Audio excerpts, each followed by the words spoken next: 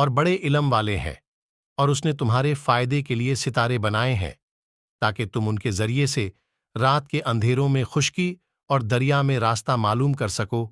اور ہم نے یہ نشانیاں خوب کھول کھول کر بیان کر دیں ان لوگوں کے لیے جو بھلے اور برے کی سمجھ رکھتے ہیں۔ اور اللہ تعالیٰ وہی ہے جنہوں نے تم کو اصل کے اعتبار سے ایک ہی انسان سے پیدا کیا،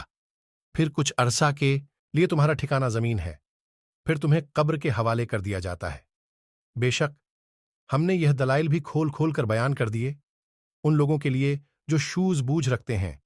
اور وہی اللہ تعالیٰ ہے جنہوں نے آسمان سے پانی اتارا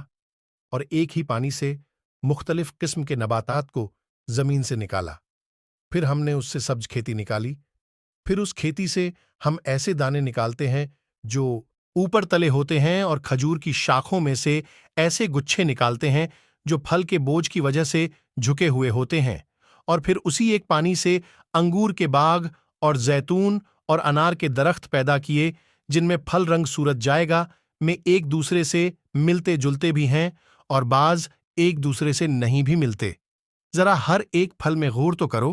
جب وہ پھل لاتا ہے تو بالکل کچا اور بد مزہ ہوتا ہے،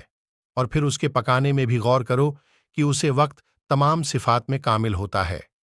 بے شک یقین والوں کے لیے ان چیزوں میں بڑی نشانیاں ہیں۔ دوستوں اور بزرگوں، اللہ تعالیٰ نے ہمارے لیے بہت سی نشانیاں بنائی ہیں، لیکن ہم ان پر دھیان نہیں دیتے، اور تم لوگ سوچو تو صحیح کہ اللہ تعالیٰ نے ہمارے لیے کتنی اچھی اچھی نعمتیں پیدا کی ہے۔ والے ہے اگر ہم چاہے تو اس پانی کو کڑوا کر دے، تم کیوں شکر نہیں کرتے؟ اچھا پھر یا تو بتاؤ کہ جو آگ کو تم سلگاتے ہو اس کے خاص درخت کو، اور اسی طرح جن جرائی سے یہ آگ پیدا ہوتی ہے ان کو تم نے پیدا کیا یا ہم اس کے پیدا کرنے والے ہیں؟ اللہ تعالیٰ کا ارشاد ہے، بے شک اللہ تعالیٰ بیج اور گٹھلی کو پھاڑنے والے ہیں، وہی جاندار کو بے جان سے نکالتے ہے اور وہی بے جان کو جاندار سے نکالتے ہیں، وہی تو اللہ ہے جن کی ایسی قدرت ہے۔ پھر تم اللہ تعالیٰ کو چھوڑ کر کہاں اس کے غیر کی طرف چلے جا رہے ہو؟ وہی اللہ صبح کو رات سے نکالنے والے ہیں، اور اس نے رات کو آرام کے لیے بنایا، اور اس نے سورج اور چاند کی رفتار کو حساب سے رکھا،